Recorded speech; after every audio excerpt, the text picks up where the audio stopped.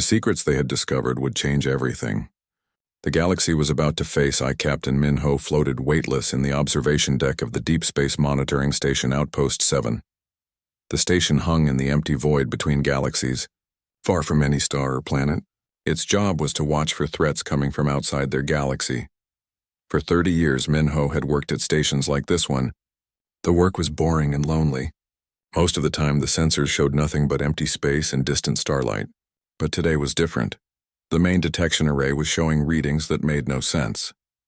Massive objects were moving through the space between galaxies, heading directly toward them. The objects were so large that they bent space around themselves, creating gravitational waves that the station's sensors could detect from millions of light-years away. "Commander, you need to see this," called Lieutenant Yun-Su from the sensor station. Her voice was tight with worry. Minho pushed off from the window and glided over to the sensor controls. The display screen showed a three-dimensional map of the space around their galaxy. Red dots marked the approaching objects. "How many are there?" Minho asked. "Over 10,000 that we can detect," Yun-Su replied. "But the sensors are having trouble getting accurate readings. These things are made of materials we've never seen before." Minho studied the data carefully. Each object was the size of a small moon, but they moved in perfect formation like ships in a fleet. Their trajectory would bring them to the edge of the galaxy in less than 6 months. "Send an emergency message to Galactic Command," Minho ordered. "Tell them we have detected a massive fleet of unknown vessels approaching from extragalactic space." As Yun-Su prepared the message, alarms began sounding throughout the station. The automated systems had detected something even more disturbing. The approaching objects were emitting energy patterns that matched theoretical models of matter conversion weapons. "Sir," Yun-Su said with a shaking voice, "the computer says these objects are designed to break down organic matter and convert it into raw materials." Minho felt ice form in his stomach. He had read reports about theoretical weapons that could consume entire worlds, but he had never expected to encounter them in real life. "Get me a direct line to Earth Command," he ordered. "This information needs to reach the humans immediately." Meanwhile, on Earth, General Yan Seo stood in the war room deep beneath the surface of the planet. The room had been built centuries ago, but most people thought it was just a historical monument. They didn't know it was the command center for humanity's real military. Banks of computers lined the walls, showing information from across the galaxy. Hidden sensors on thousands of worlds reported the status of alien civilizations.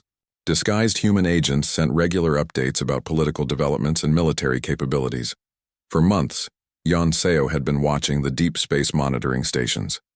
She knew the Devourers were coming long before the first official detection. Human sensors were far more advanced than anything the other species used. "General, we're receiving confirmation from Outpost 7, reported Colonel Tae-min. "The galactic community is becoming aware of the Devourer fleet." Yan Seo nodded grimly. The time for hiding was almost over. Soon humanity would have to reveal its true nature and take command of galactic defense. "Activate the beacon network," she ordered. "Send the awakening signal to all human assets."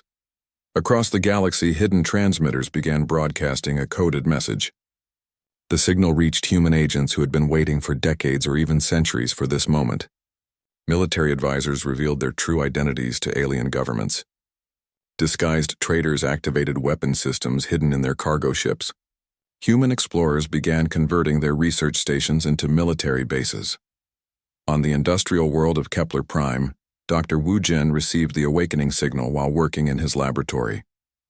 For 15 years, he had posed as a civilian scientist, helping the local government improve their manufacturing technology. In reality, he was a military engineer upgrading their factories to produce weapons and armor. Within hours of receiving the signal, the factories he had modified began producing advanced weapons instead of consumer goods. The local government thought their equipment had malfunctioned, but Wu Jin explained that their manufacturing systems had hidden capabilities that were now being activated. Similar scenes played out on hundreds of worlds. Human advisors revealed that they had been secretly upgrading alien technology for decades. Ships that seemed to have simple cargo holds were actually carrying advanced weapons. Trade routes that appeared random were actually strategic supply lines for the coming war.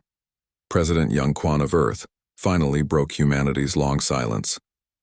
He sent a message to every government in the galaxy, asking their leaders to gather for an emergency meeting. The meeting took place on Nexus Prime Station in the largest conference room available.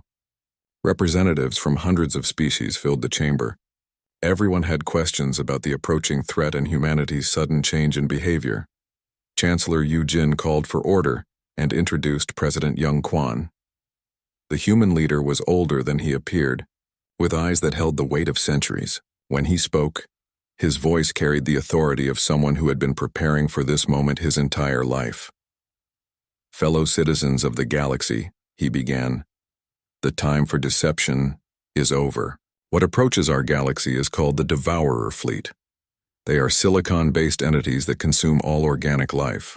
They have destroyed entire galaxies, turning living worlds into dead rock. The chamber erupted in frightened voices, but Young Kwan continued speaking. My people have known about this threat for nearly 1,000,000 years. Everything we have done, every choice we have made, has been in preparation for this invasion.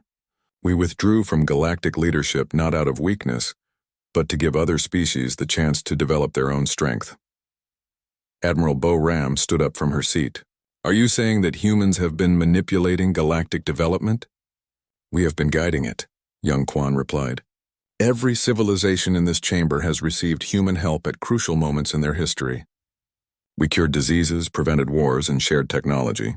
But we did it carefully, making sure each species remained independent and strong. Why? Demanded Counselor Jay Hyan. Why not simply rule the galaxy yourselves? Young Kwan's expression grew sad. Because ruling creates weakness. Slaves cannot fight effectively. We needed partners, not subjects. We needed a galaxy full of strong, independent civilizations that could work together when the time came. Dr. Sung Ho had been studying the technical data about the approaching fleet. How long do we have? 6 months until they reach the outer systems, Young Kwan answered. 2 years until they reach the core worlds. But we are ready for them. He activated a holographic display that showed the true extent of human military preparations. Hidden bases appeared throughout the galaxy, connected by secret communication networks. Weapon platforms emerged from asteroid fields where they had been hiding for centuries. Every strategic location in the galaxy has been prepared, Young Kwan explained. Every major trade route is protected by hidden defenses. Every inhabited world has received technology upgrades disguised as civilian improvements. The display showed the galaxy as a vast fortress, with layers of defense that the Devourers would have to fight through. Human ships that had seemed like simple exploration vessels revealed themselves as mobile command centers. Research stations transformed into weapon manufacturing facilities. Your job, Young Kwan told the assembled leaders, is to coordinate your people's participation in the defense. We have spent centuries learning your capabilities and planning how to use them most effectively. Chancellor Yu Jin felt overwhelmed by the scope of human preparations. How many of you are there, really? Fewer than you might think, Young Kwan admitted. Humans live much longer than other species believe, and we've had 1,000,000 years to position ourselves. But our true strength isn't in numbers, it's in preparation and planning. General Yon Seo joined the meeting through a secure video link from Earth's command center. Behind her, dozens of human officers worked at control stations, coordinating with agents across the galaxy. The Devourer fleet consists of approximately 12,000 ships, she reported.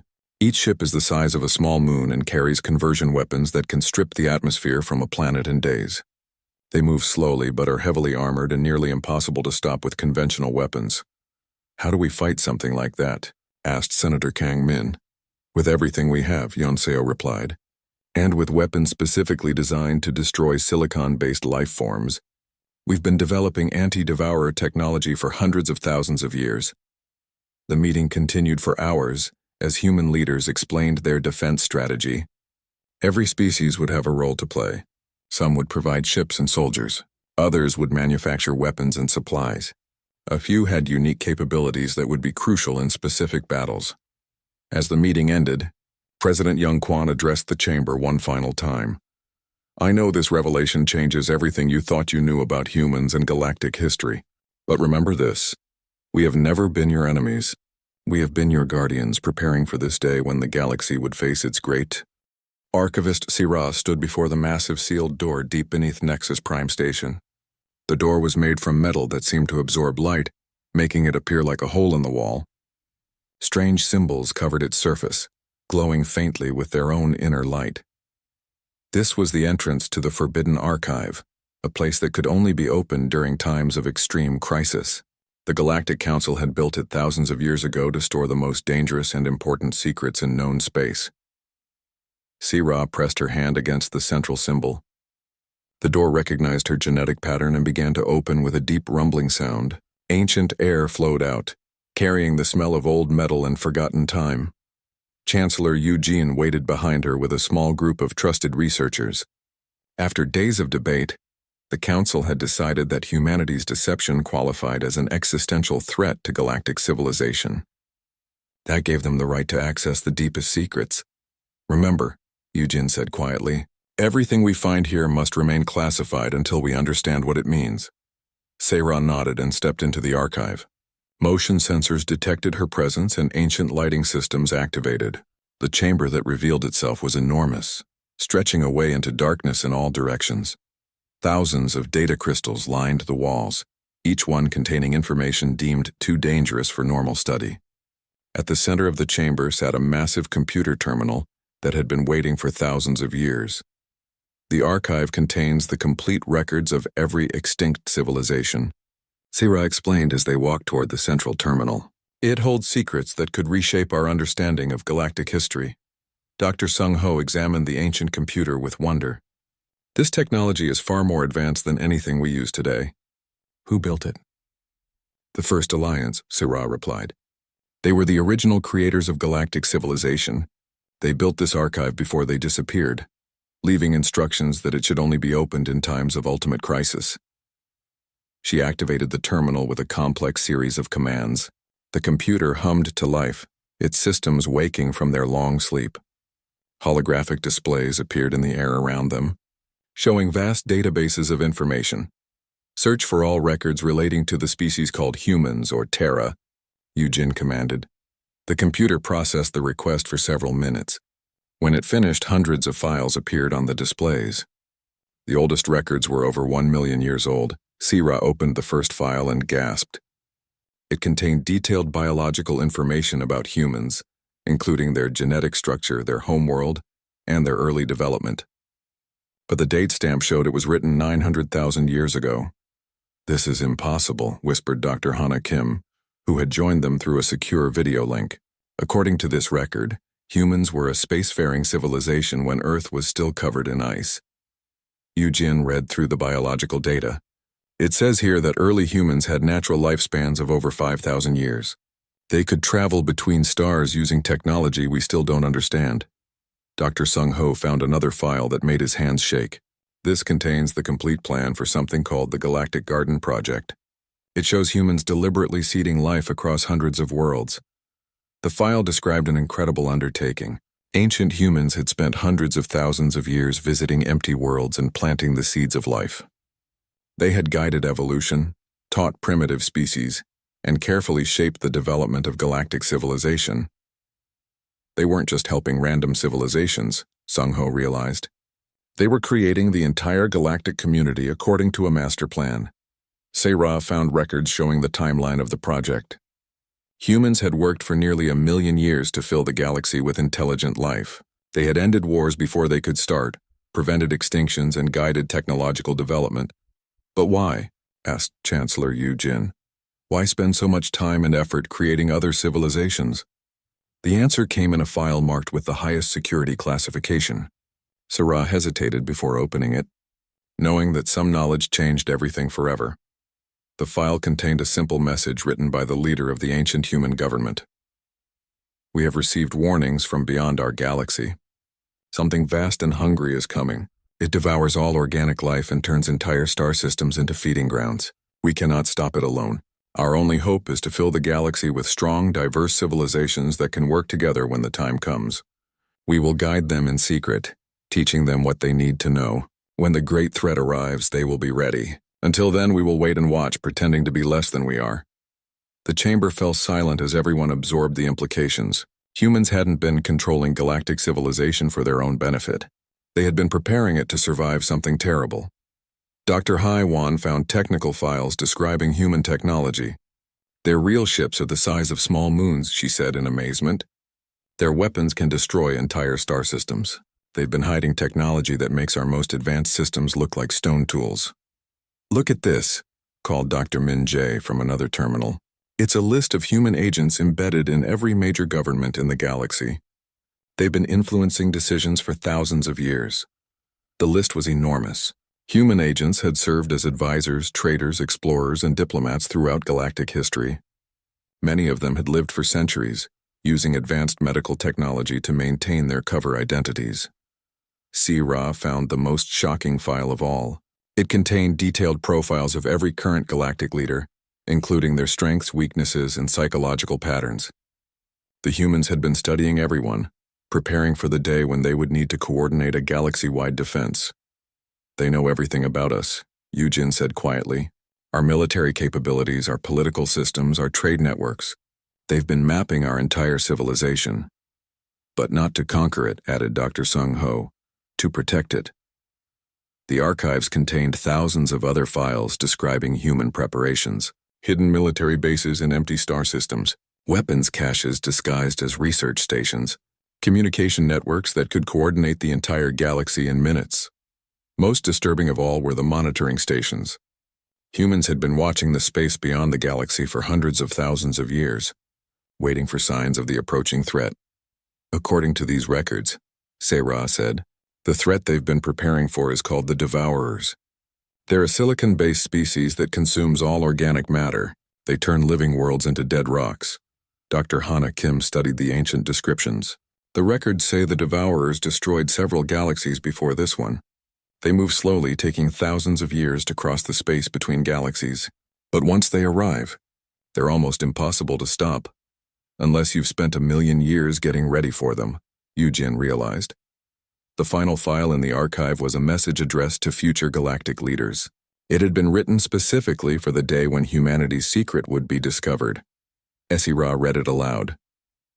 To those who find this record, know that everything we have done was to prepare for the darkness that comes from beyond the stars. We are not your masters, but your gardeners. We planted the seeds of civilization and watched them grow. When the harvest time comes, we will stand together against the night. Trust in us as we have trusted in you. The message was signed by someone called the Guardian Council of Terra, dated 500,000 years ago. Dr. Sung Ho looked up from the technical files he had been studying. There's something else.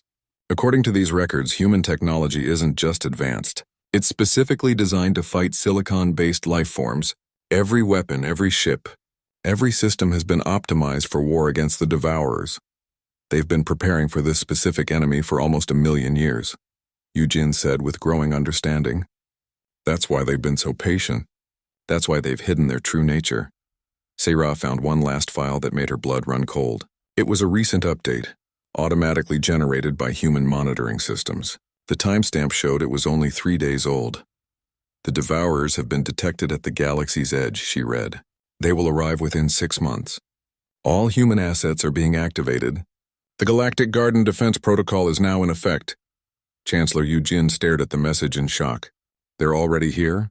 Not here yet, Ra corrected, but close enough that human sensors can detect them. The invasion we've been preparing for without knowing it is about to begin. Dr. Haiwan looked at the vast database of human military assets. If these records are accurate, humans have enough firepower hidden around the galaxy to fight a war on a scale we can't imagine. And they've spent hundreds of thousands of years making sure we're ready to help them, added Dr. Sung Ho Yu. Jin felt the weight of responsibility settling on her shoulders. The Galactic Council had been worried about human deception, but the truth was far more complex. Humans hadn't been betraying galactic civilization. They had been saving it before it even knew it needed saving. We need to contact the human government immediately, she decided. We need to tell them we know the truth and ask how we can help. As they prepared to leave the archive, Ra sealed the ancient computer and locked the chamber. Supreme Chancellor Yujin walked quickly through the halls of the Galactic Senate building. Her footsteps echoed in the empty corridors as she made her way to the emergency meeting chamber. She had called this session after receiving the latest reports from the research teams across the galaxy. The evidence about human activity was piling up every day. Each new discovery made the situation more troubling.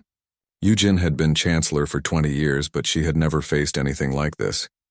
The great chamber filled with representatives from hundreds of different species. The air buzzed with nervous conversation as senators took their seats. Everyone had heard rumors about the human discoveries, but few knew the full extent of what had been found.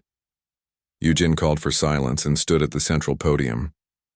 Fellow senators, we face a situation that threatens everything we thought we knew about galactic civilization. I will now present the evidence that has been gathered about human activity throughout our history. The lights dimmed, and a massive screen displayed the first images.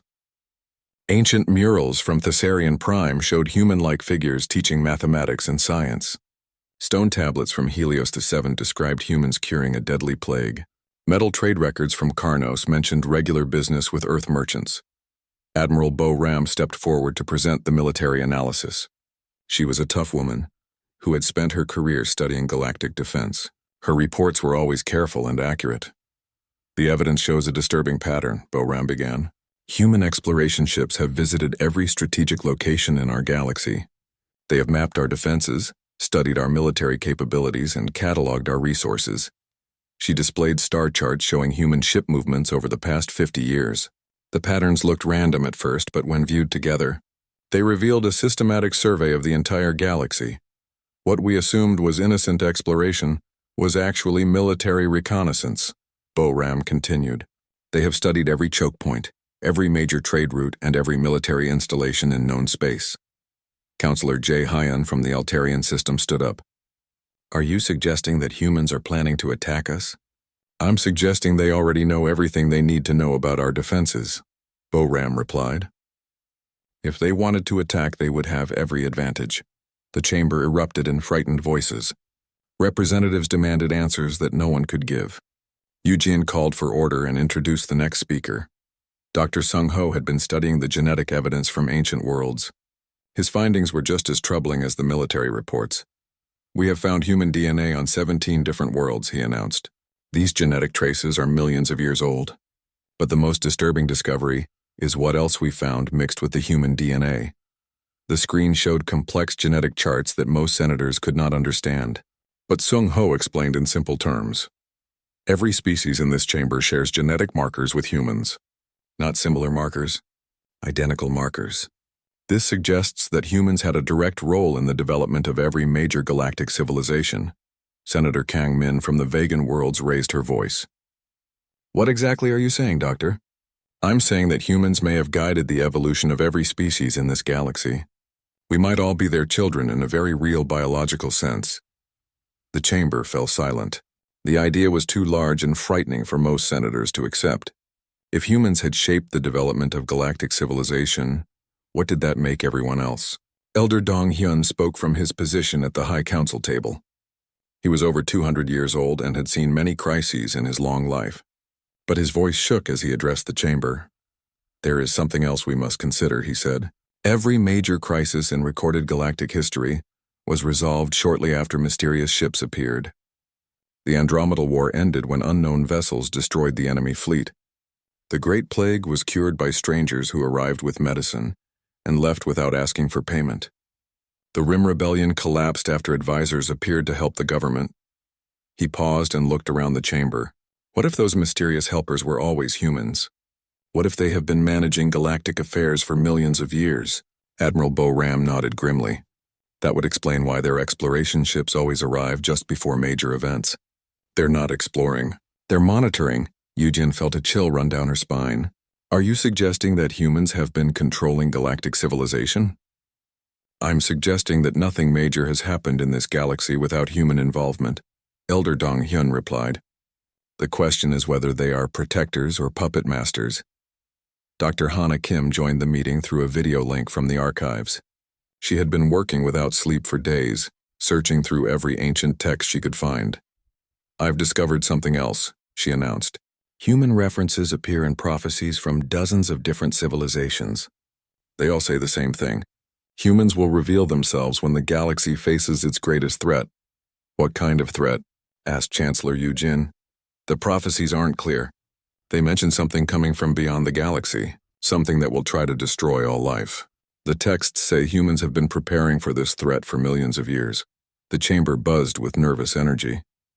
If the prophecies were true, humanity's deception had a purpose. But that raised even more questions. Counselor J. Hyan stood up again. If humans have been hiding their true nature, what else are they hiding? What kind of technology do they really have? What kind of weapons? We need answers, declared Senator Kang Min. We need to confront the human government and demand the truth. Admiral Bo Ram shook her head.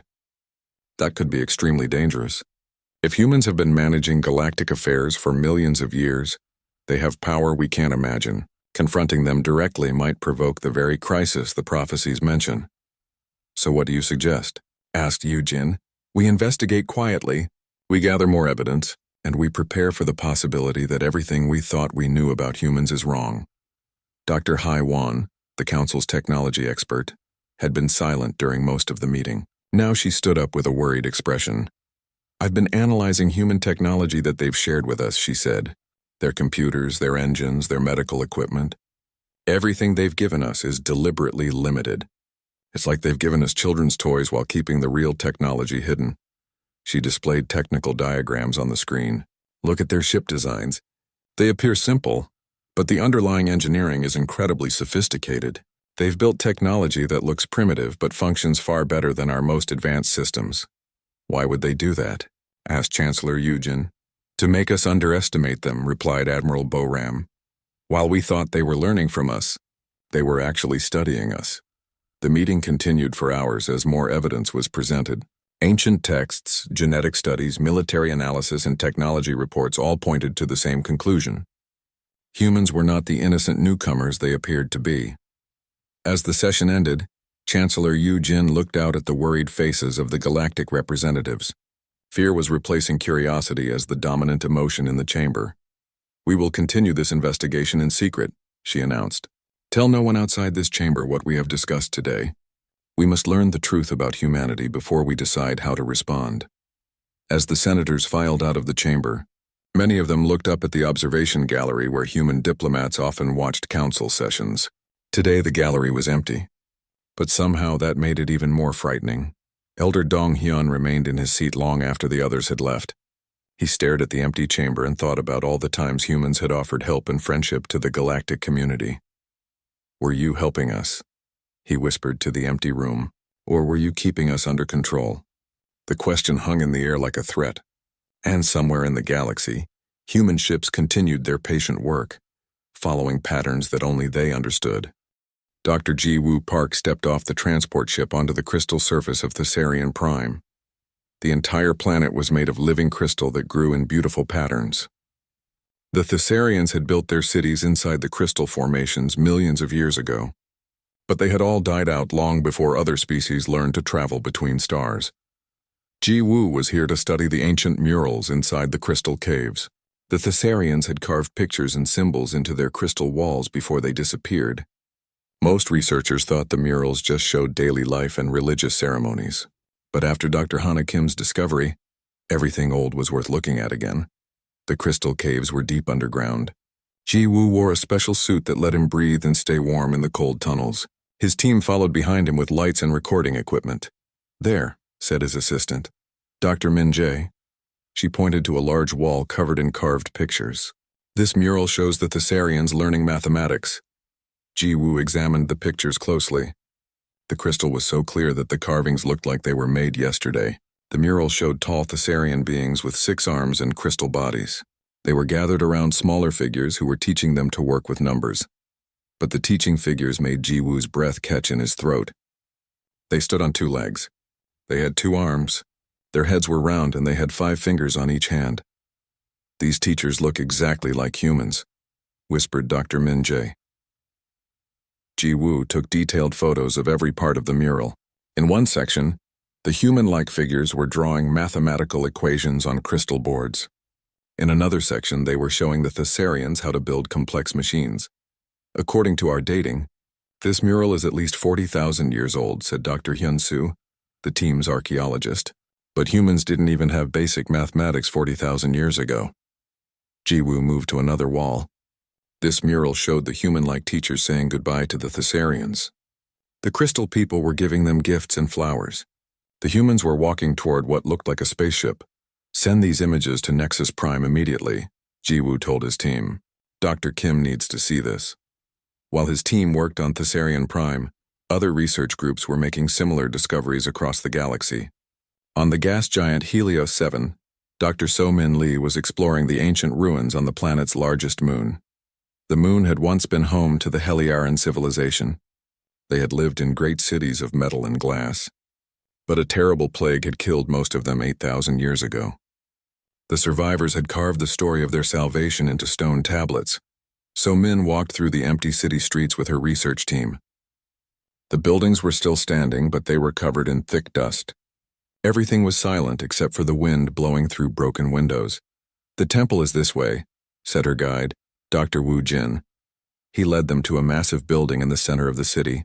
Inside, hundreds of stone tablets covered the walls, so Min could read the ancient Heliaran language. The tablets told the story of the great plague that had swept across their world. Millions had died, and their civilization was about to collapse completely. But then the tablets described the arrival of the patient teachers. "They came from the void in ships of metal," So Min read aloud. "They brought liquid miracles that healed our sickness. They showed us how to make the healing waters ourselves. They stayed until our children were safe, then returned to the stars." The description of the healing process was clearly talking about vaccines and modern medicine. But the tablets were 8,000 years old. The Heliarans had drawn pictures of their saviors on the stone. Again, the images showed beings that looked exactly like humans. "Look at this tablet," called Dr. Young Min from across the room. "It shows them teaching Heliaran children."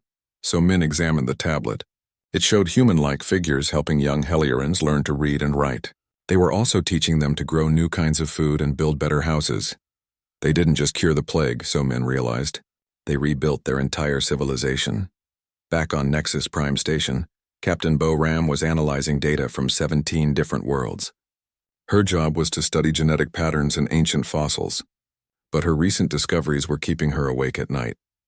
"The DNA results are impossible," she told her research partner, Dr. Sung Ho. "I'm finding human genetic markers in fossil records from worlds that humans supposedly never visited." She showed him the data on her computer screen. Each world displayed the same pattern. Ancient fossils contained traces of human DNA mixed with local species. "It's not just one or two worlds," Bo Ram continued. "It's 17 different planets spread across the entire galaxy, and all the DNA traces are millions of years old." Sung Ho studied the genetic charts carefully. This suggests that humans were breeding with local species on these worlds long before Earth even developed complex life. "But that's impossible," Bo Ram said. Unless humans didn't evolve on Earth at all," Sung Ho finished. "What if they evolved somewhere else and spread across the galaxy millions of years ago?" The idea was shocking. Everything the galactic community knew about human history said they were a young species from a small planet. But the evidence was becoming too strong to ignore. On the outer rim world of Karnos, Dr. Subin was examining trade records carved into metal plates. The Karnos civilization had been great traders who kept detailed records of every business deal. They had traded with species from across the galaxy before disappearing 5,000 years ago. The metal plates were stored in underground vaults that had protected them from time and weather. Subin used special tools to clean centuries of dirt from the carved symbols. "Here's something interesting," she called to her assistant. "These plates mention regular trade with something called Terra merchants." She cleaned more plates and found dozens of references to Terra traders. They had sold advanced tools, medical supplies, and knowledge to the Karnos people. The plates described them as reliable partners who always kept their promises. "Terra is the old name for Earth," Subin said slowly. "But these trade records are 5,000 years old. Humans weren't even supposed to know about space travel 5,000 years ago." The evidence from all the research teams was sent to Nexus Prime Station every day. Dr. Hana Kim worked day and night to organize all the information. The pattern was becoming clear and frightening. Ambassador Tae Wan called an emergency meeting with the senior research staff. They gathered in a secure conference room deep inside the station. "What we are discovering challenges everything we know about galactic history," Tae Wan began. "Dr. Kim, please share your conclusions." Hana stood up and activated the wall screen. It showed a map of the galaxy with hundreds of red dots marking worlds where human evidence had been found. Humans have been active in this galaxy for millions of years, she said. They have visited almost every inhabited world. They have helped civilizations develop, cured diseases, prevented wars, and taught advanced knowledge. Elder Dong Hyun, the oldest member of the council, leaned forward in his chair. Are you suggesting that humans are not newcomers to space? I'm suggesting they never left, Hana replied. The evidence shows they withdrew to Earth and pretended to be a primitive species. But they've been watching and helping the galaxy for millions of years. The room was silent as everyone absorbed this information. The question is why, said Dr. Jiwoo Park through a video link from Thesserian Prime. Why would an advanced species pretend to be primitive? What are they hiding? Ambassador Tae-won looked at the galactic map on the screen. Every red dot represented a world where humans had left their mark. The pattern covered the entire galaxy like a vast network. Perhaps, he said quietly, the better question is what they are preparing for. Dr. Hana Kim rubbed her tired eyes and looked at the ancient text on her screen again. She had been working in the quiet archives of Nexus Prime Station for 12 hours straight. The Vorthak codices were the oldest writings anyone had ever found in the galaxy. They were written 50,000 years ago by the first aliens to travel between stars. Most people thought the old texts were just religious stories and myths. But Hana was different. She believed old stories often hid real facts. That was why she spent her days translating the strange symbols and forgotten languages. The archive room was cold and dark, except for her computer screen. Thousands of data crystals lined the walls around her. Each crystal held the history of dead civilizations. Some had been gone so long that no one remembered their names. Hana stretched her back and took another sip of her cold coffee. She was about to close the file and go home when something caught her eye. In the middle of a prayer about the creation of the universe, she found a strange phrase. The enduring ones shall return when the darkness comes. She frowned and read it again. The translation program had marked this phrase as uncertain. But Hana knew the old Vorthak language better than anyone alive. She was sure about what it said. She scrolled through more pages of the text. The same phrase appeared again and again. But there was more. Much more. The flesh weavers who bend reality through will. Alone. The children of the third world who shall inherit the void. Those who plant seeds of knowledge across the empty spaces. Hana's heart began to beat faster. The descriptions were getting clearer, and they all pointed to one impossible conclusion. The ancient texts were talking about humans. She opened another file and searched for more references. The computer worked for several minutes before showing the results. There were hundreds of matches across dozens of different sections. The patient teachers who come in times of great sickness. The star wanderers, with 5 fingers and clever minds. Those who count in tens and speak with moving lips.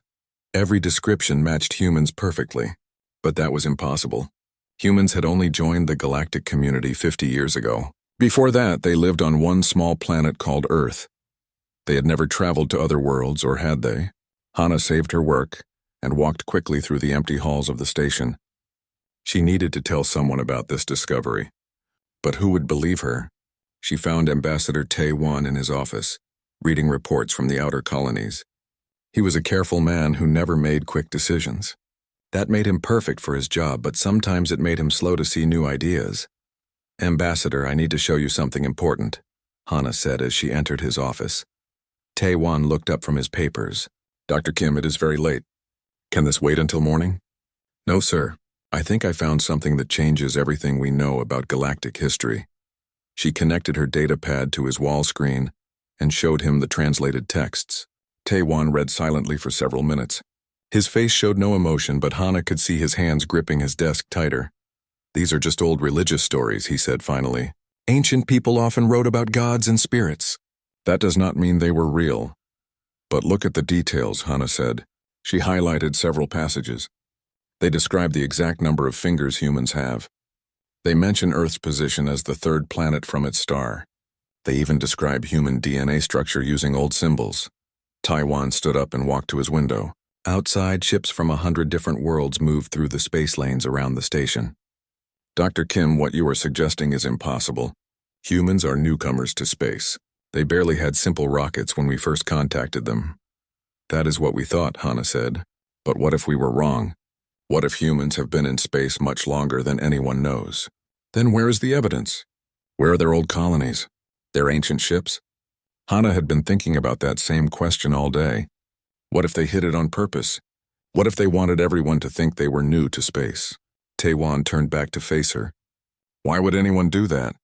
I don't know yet, but I want permission to search the other ancient archives. If humans are mentioned in Vorthak texts, they might appear in other old writings too. The ambassador was quiet for a long time. Finally, he nodded. You have 3 days, Dr. Kim. Find more evidence or I will have to mark this as interesting but unimportant. Hannah bowed and left his office. 3 days was not much time, but it was enough to start. She went back to her computer and began searching databases from across the galaxy. The first hit came from the crystalline archives of Vega 7. Ancient songs mentioned the soft ones, who taught us to count the stars. The second hit was from the stone records of Altair. They spoke of visitors with water in their veins who showed us the art of growing food. By morning, Hannah had found references to humans in the ancient texts of 12 different civilizations. All of them described contact with beings who matched human appearance and behavior perfectly. All of them were written thousands of years before humans supposedly invented space travel. She printed out all the evidence and put it in a thick folder. When Ambassador Taewon arrived at his office, she was waiting for him. "Sir, we need to call an emergency meeting of the Research Council," she said, handing him the folder. Taewon read through the papers as he walked to his desk. His face grew pale as he turned each page. Finally, he sat down heavily in his chair. "This is either the greatest archaeological discovery in galactic history," he said slowly, "or the beginning of a very dangerous mystery. Which do you think it is?" Hannah asked. Taewon looked out his window again at the busy space lanes. Somewhere out there, human ships were trading with aliens, exploring new worlds and learning about galactic civilization. They seemed so innocent and curious, but if these ancient texts were true, humans had been part of the galaxy for much longer than anyone imagined. "I think," Taewon said quietly, "we need to find out what else we don't know about our human friends." That afternoon, research teams across the galaxy received urgent messages to search their oldest records for any mention of human-like beings. The investigation that would change everything had officially begun, but none of them knew they were about to uncover the greatest secret in galactic history.